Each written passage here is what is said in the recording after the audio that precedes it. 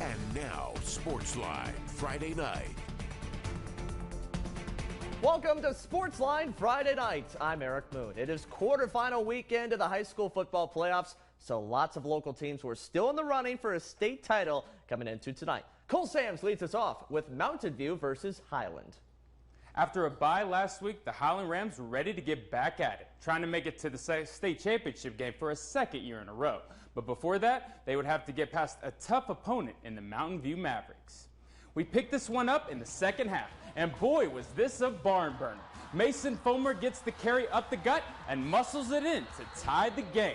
Dawson Wall is looking to the corner of the end zone and finds his man Mackay Patwell on a fade to give the lead back to the Mavericks. The Rams, though, would respond, with Drew Hymas showing off the wheels, taking it all the way down the sideline to the house, tying the game once again.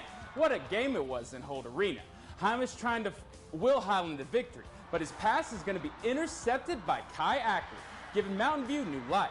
And Valentine Gomez-Ricks would do the rest, racing towards the end zone and give him 6, as Mountain View wins in a shootout over Highland, 30-24.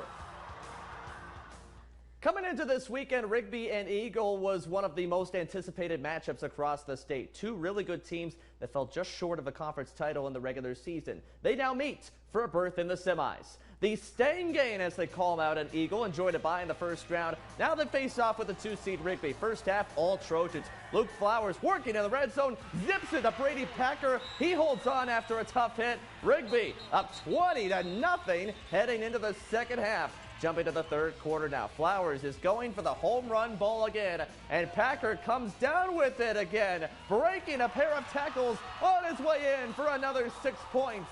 The lead was insurmountable. Rigby wins 37-6. They'll play the winner of Rocky Mountain Post Falls, and they'll be on the road again next week. The Blackfoot Broncos are getting rolling at the right time. Consecutive wins to end the regular season and a first-round victory sent Blackfoot to Minico for a date with the Spartans. That Minico Spartans team, though, is good, and unfortunately for Blackfoot, they were just too much to handle on this night. Broncos eliminated in a 2-score loss, 28-13 to Minico. It's deja vu for the Pocatello Thunder. The Thunder took down Bishop Kelly last year in the playoffs, and this season, the two teams meet again, with the Knights having revenge on their minds. We pick it up in the first quarter. Still scoreless, but not for long. Hadley Smith puts it on target for Max Chun-Vaco, who takes it 33 yards to the house, out of the view of the camera. Bishop Kelly takes a 7-0 lead. Second quarter and same score, Peter Minaret runs straight through the Thunder for 6, 14-0 Knights. A stifling performance by Bishop Kelly eliminates Pocatello with the win, 28-7. Another 4A scorer coming up. Shelley tried to get revenge up north after a quarterfinal loss to Sandpoint last year, but the Bulldogs were too much. The Russets fall to Sandpoint 49-14 in a blowout. Since the beginning of training camp, the Sugar-Salem Diggers have zeroed in on a state title after falling a yard short of a four-peat last year, quite literally. Tonight, the Diggers look to begin another playoff run against Fruitland. Diggers are ready to go in Rexburg, and they move the ball quickly. Opening drive, Daniel Neal rolls out and finds Zach Dougherty for the first down completion right into their living room there. A few plays later, Neal tries to sneak it in. Both teams fighting for every inch, and eventually Neal gets across to open the scoring. 7-0 Sugar-Salem. First Fruitland possession now. It is third down. Jack Dressen takes the handoff toward the sideline. Trayvon Holman punches it free, and Josiah Bosco falls on it just before going out of bounds. An early takeaway. And on the ensuing drive, Carson Harris punches it in for a 14-0 lead. Sugar bears the fruits of its labor for a big win, 48-21 over Fruitland. Teton took down Marsh Valley in impressive fashion last week, and this week it wouldn't get any easier, with the Timberwolves facing 9-1 Bull. And it's a snowy night on the Teton gridiron as the Timberwolves matched up against the Buell Indians. Timberwolves struck gold early in the first quarter, then do it again as Ty Brown scores, putting Teton up by 2 scores. Next kickoff, Buell senior Jace Brower avoids a few tackles and takes it all the way to the house, putting his team on the board. Later on, though, after a short kickoff, Thomas Husfeld puts it on the afterburners to make it home for Teton, extending the lead. Buell would get the ball moving once again later in the half. But the Timberwolves defense stepped up. Teton defender Jerem Huzabel gets the pick, stopping the Buell drive. Timberwolves win big 53-32, and they'll face Sugar-Salem in the semis next week. That will be a fun matchup for sure. Other 3A action for the second year in a row. South Fremont traveled west to face Homedale in the quarterfinals. And for the second year in a row, the Cougars fall at the hands of the Trojans. Homedale, one of the best 3A teams in the state, dominates South Fremont for a 42-13 win. The Bear Lake Bears are the top seed in the 2A playoffs this year. Tonight, after a first-round bye, a tough challenge awaited the Bears in the Kellogg Wildcats. We pick it up in the final minute of the first quarter. 8-8 tie. Tayson Neal finds Toby Flake over the middle. Flake is gone for a 55-yard score. Bear Lake takes the lead 14-8 to the second quarter. Same score. Neal hands off to Joe Garbett. He spins away from Wildcats and turns on the Jets. That's a 62-yard dash to the house. Bears make it 20-8. Later on, 20-14 Bear Lake. Neal back to pass. He sends a dart downfield to Tyler Beresford for 6. Bears led by 12 at the half, and Bear Lake wins it 46-20. Bears take on the winner of tomorrow's Westside Declo game in the semis. Two of 2A's best were in action tonight, with North Fremont taking on Firth. The Cougars shut out the Huskies in the regular season, but this is the postseason, and anything can happen. The Huskies trying to get out to a fast start. Jedediah Hill is going to look deep and throws a dime along the sidelines for a massive gain. First down Huskies. Later in the drive on fourth down, North Fremont is denied at the goal line, and the big man in the middle gets a pivotal stop for the Cougars. Now, Eric, check this next play out from quarterback Gage Vasquez. He's looking for somewhere to go, and he evades the pressure, breaks multiple tackles, and is going to find his brother, Alejandro Vasquez, for the touchdown. You're going to want to take another look. Just a dazzling display of footwork by Vasquez on that play. I mean, that might be a Sportsline Top Play nominee right there. Oh, that's a nominee for sure next week. As the Cougars lead this one currently in the fourth, 27-0. Yeah, Cougars have been pouring it on in the third quarter of that one. The Aberdeen Tigers, traveled west to try and keep its playoff run going tonight. Tigers took on the Melba Mustangs. We head over to Melba, a recurring theme throughout the nights everywhere. It was cold everywhere across the state. Great sportsmanship, though, from the Mustangs. They gave a heater to the Aberdeen Tigers on their sideline. It was 12-0 Aberdeen in the first, but Melba runs back into the game. Quarterback Cash Boyce hits Noah West for a big first down.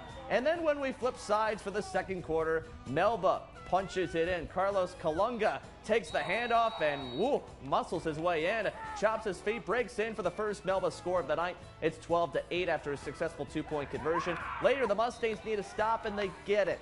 Quarterback keeper for Kalunga leads the way as a pile of tacklers bring him down. Melba would get the ball back, and they punched it in right before halftime to take the lead. Once again, Carlos Kalunga taking care of business, running through the defensive line.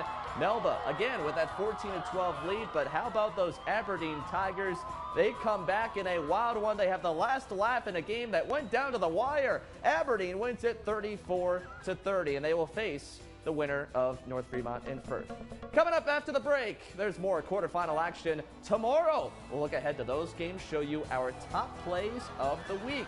That's next on Sportsline Friday night.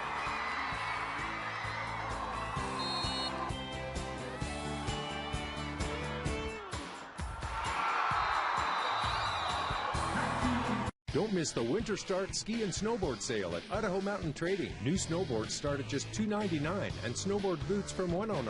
All downhill skis and boots are $20 to $200 off. Save from 30 to 60% on closeouts, used, and demo equipment. Junior season lease packages are available for both skis and snowboards. Parkas and pants are sale price $10 to $50 off. Shop locally and support your community during the Winter Start Ski and Snowboard Sale at Idaho Mountain Trading, the mountain sports shop in downtown Idaho Falls. The first thing, of course, is smoking marijuana. It quickly escalated within a few months. It went to cocaine and straight to pills. They made it really easy to not care. I forgot how to live life. I forgot how to enjoy life. I got wrapped up in something that is false. So that's when I came to Narconon. I've been off drugs now for 9 years, and I wouldn't trade it for anything.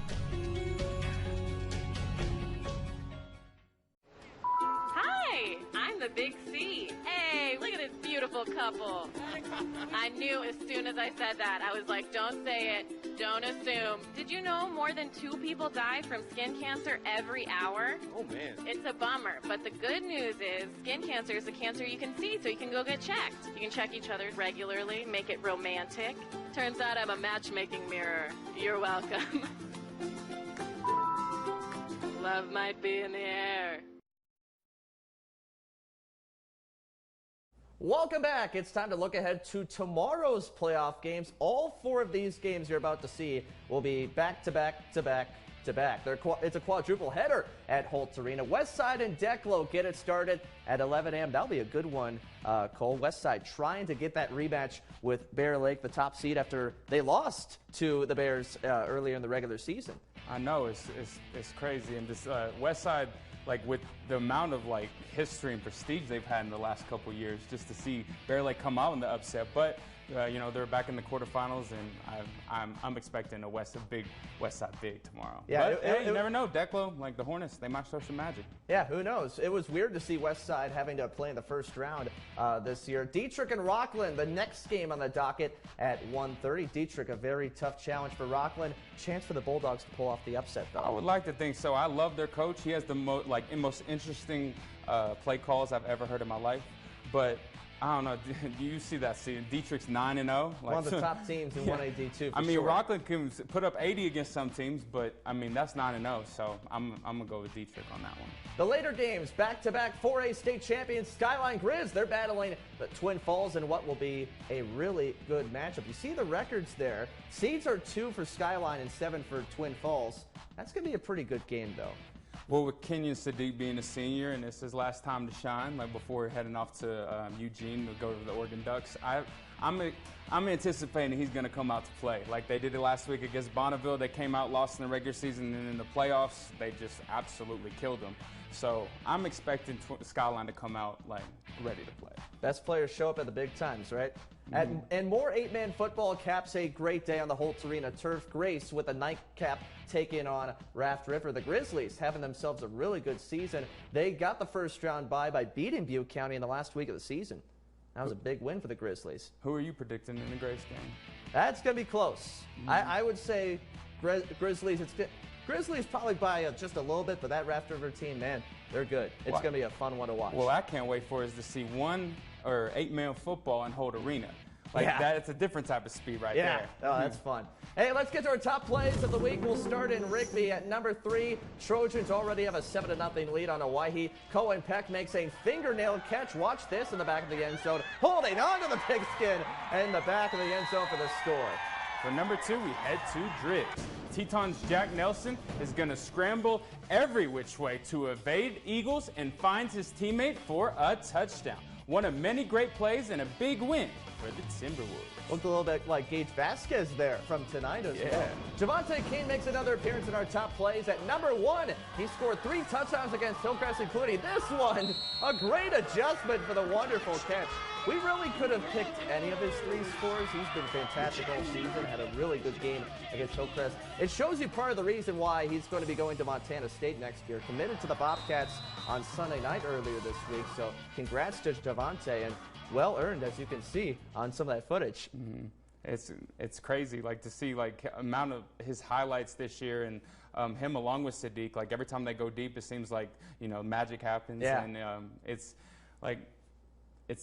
what a great season for Javante, and I can't wait to see him play in the Big Sky next year. We'll get to see him at Holt Arena next year, but sporting a different type of uniform. It's going to be a lot of fun for sure. That's all for us on this Friday night. We have more coverage coming up tomorrow, though. I'll be in Boise for the Cougs and the Broncos. Cole's covered for every playoff game at Holt tomorrow, but for now, thank you for stopping by, and we hope you have a great weekend. Good night from us.